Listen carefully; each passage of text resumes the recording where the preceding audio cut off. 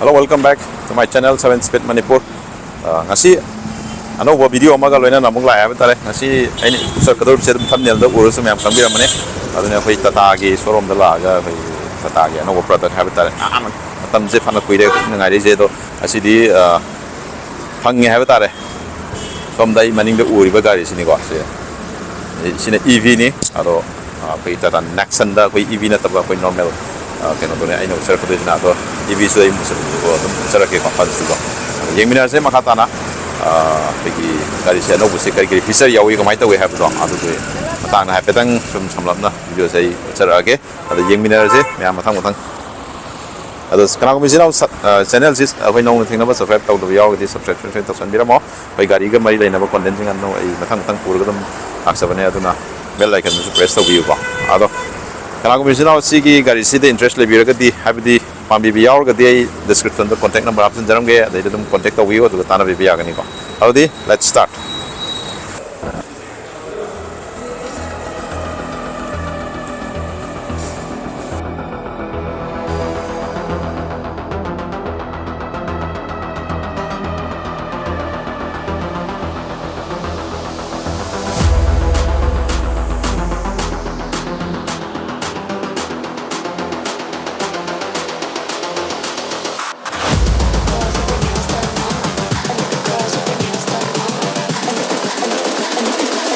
I think the girls with their nails done now.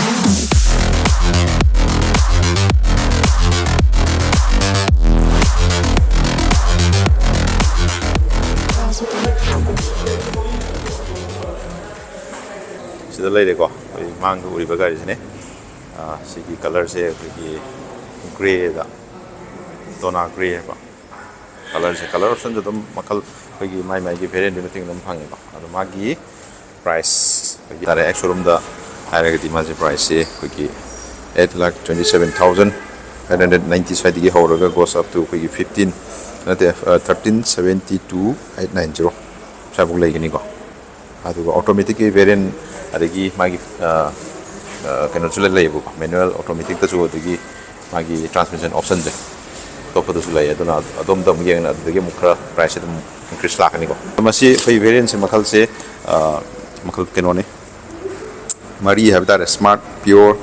the creative fearless mana de mu magi smart koi smart plus s mana to no mai mai trim mu to an me am mu khaidu yu ba aduga sisina koi gi fearless ni ko tok to oidi ni ko adu yengse aduga magi maroi na koi gi engine gi power figure of the lap kan da koi 1.2 koi turbo om da la kan ni ko aduga diesel da chulai diesel da no 1.5 oibo ko adu sigi 1.2 turbo sina mu magi engine output se sigi power output sina khoi 118 bhp aduga newton meter sina 170 newton meter torque pange aduga sigi sta khoi diesel da mu 1.5 kg da mu khoi 113 newton bhp aduga kano sina newton meter sina 250 to 60 lai aduga sigi magi khoi Nexon gi facelift ab tare pasen ha ga di Nexon se maroina mayamna pamnari se maroina Nexon khatai wana thi ko mase Tata company ko have tare ma se khoi build quality have tare sen ha gadi documentic khoi all India da yang khoma tamda moi se dum khoi build quality se tongan ba kai tare am chaksinna sab jani moi se duna kadi dum global NCAP to khoi test to dum out of 5 dum score to wong ba gari suoi ko moi ja aduna mayam daina haijaga do gudi khoi ayama matam da khoi gi gari se consider to matam da khoi gi safety gi keno sima mayam yengjing gi da dong na tawai ko aduna safety su maroina priority oina thambi gi damne maroina so safety se yam maru oina khambi gi damni ko khoi gi life se spare laite ko aduna one way ni have that aduna mayam si su kitang consider ta honi ko okay how is it khoi front da hana ta hajara ko front da la ko kan khoi design smile ogani khoi gi si DRL smile lagi ni khoi piano black finish na pura cover awani ko si ju khoi manung da illuminated oni yaore ko khoi tong thoga 3D di yaw je ko ma logo ji aduga sensor ji da ani yaore ko aduga se dia camera su me yaw jare ko sina khoi 360 degree khoi facility du si phange ko se de jo projector LED di yaw ni aduga problem ju sinde LED di smile pi re ko ya curtain smile leire have tare se DRL sima yam ti fazare turn indicator ju sina dum ꯄꯤꯔꯦ ꯑꯗꯨ ꯁꯨꯃꯥꯏꯅ ꯎꯒꯅꯤ ꯃꯥꯒꯤ ꯗꯤꯖꯥꯏꯟꯁꯤꯀꯣ ꯑꯗꯣ ꯑꯃꯨꯛ side ꯂꯣꯝꯗ ꯑꯃꯨꯛ ꯂꯥꯛꯁꯤꯀꯣ ꯑꯩꯈꯣꯏ side ꯂꯣꯝꯗ ꯂꯥꯛꯄ ꯀꯥꯟꯗ ꯑꯩꯈꯣꯏꯒꯤ ꯁꯤꯒꯤ ꯗꯤꯖꯥꯏꯟꯁꯦ ꯑꯩꯈꯣꯏꯒꯤ ꯗꯥꯏꯃꯟ ꯀꯠ ꯑꯩꯈꯣꯏꯒꯤ ꯑꯦꯂꯣꯏ ꯗꯤꯖꯥꯏꯟ ꯑꯣꯏꯅ ꯂꯥꯛꯑꯦ ꯑꯗꯨꯒ ꯁꯤꯗ ꯑꯩꯈꯣꯏ ꯈꯤꯇꯪ ꯂꯨꯛꯁꯦ ꯑꯩꯈꯣꯏꯒꯤ ꯑꯦꯂꯦꯛꯇ꯭ꯔꯤꯛꯀꯤ ꯀꯩꯅꯣꯃ ꯈꯤꯇꯪꯁꯨ ꯃꯥꯜꯂꯦꯀꯣ ꯑꯁꯤ ꯗꯤꯛꯁ ꯑꯣꯏꯔꯛꯑꯅꯤ ꯃꯃꯥꯡꯁꯦ ꯃꯅꯤꯡꯁꯦ ꯁꯨꯃꯥꯏꯅ ꯂꯩꯒꯅꯤꯀꯣ ꯑꯗꯨꯒ ꯅꯦꯛꯁꯟꯒꯤ ꯌꯥꯝꯅ ꯅꯨꯡꯉꯥꯏꯕ ꯑꯃ ꯍꯥꯏꯔꯒꯗꯤ ꯑꯩꯈꯣꯏꯒꯤ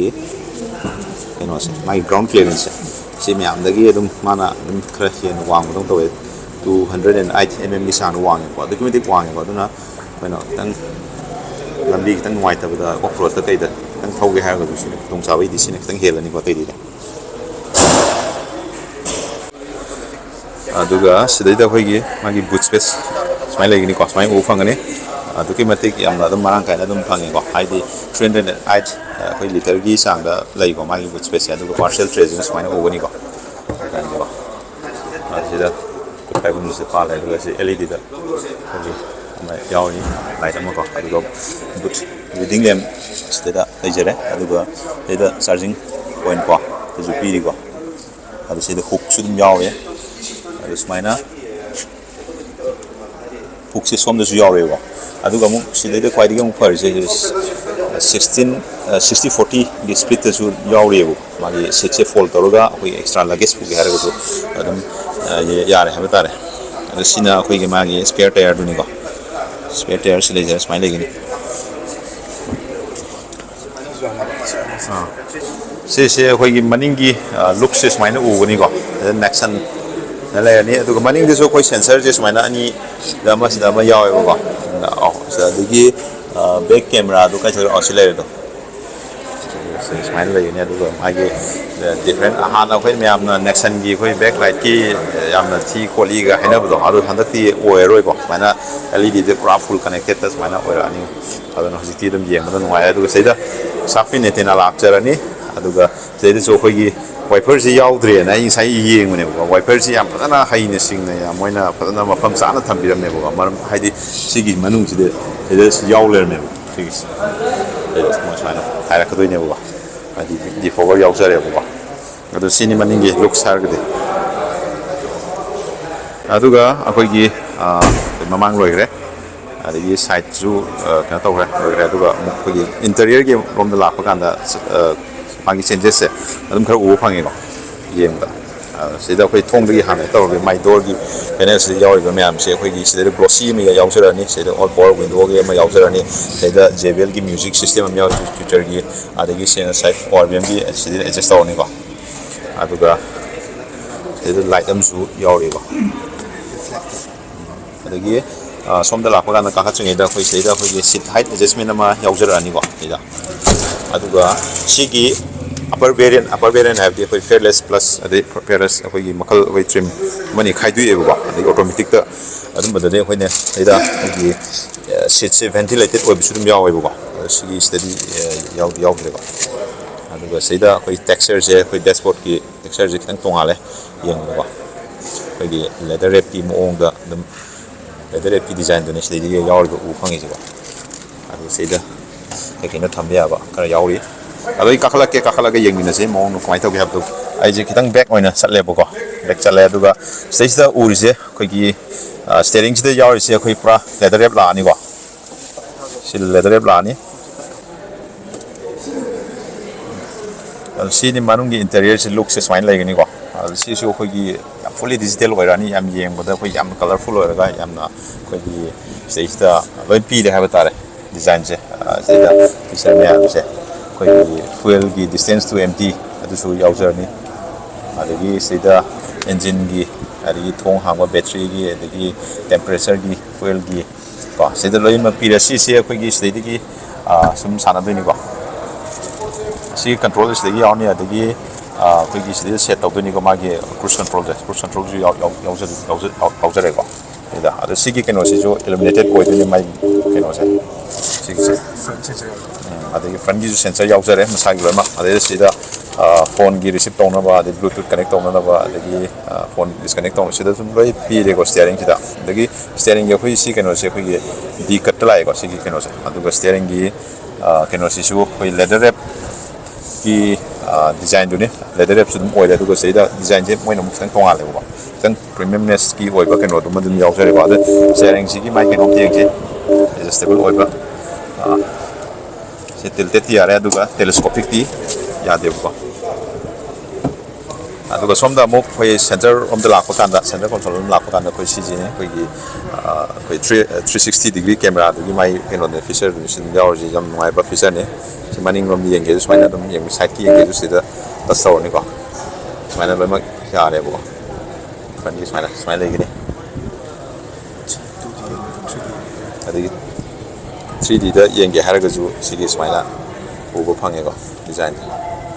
यामना दुकी मतिक एडवांस ओइ हैव तारे जिकान गी केनो गाड़ी सिंजे लास्ट दी ड्राइवर से सम फमदंग फमबगी केनो वोग लाकदो माले को अदगी हुजिक आई थोंग थिंगन बे मकोन दम ताबिरमने सिमियो साउंड से दम गाड़ी सिगी व्हील क्वालिटी से दम साउंड सुम खंग मंगा मेको खरम खैदे सिसे मु बेक तोगेको अद मागी सिगी मागी टच रेस्पॉन्स से दुकी मतिक नुआरेको सिदा का फीचर से यावरि से खोगी एंड्रॉइड ऑटो एप्पल कारप्ले अदगी क्लाइमेट अदगी ड्राइव नेक्स्ट सिदा मीडिया अदगी फोन अदगी सेटिंग तौननबा मैम यावरेको अदगी से नेविगेशन तौनबसु दum फजन लोइमक याय अद सिनी अदुगा सिगी हेक मखादा लाखगान एसी वेंजन कोइ सुमाइना लाइगनी को पाकना खोगी गाड़ी से खोई खितंग खोगी मागी वेट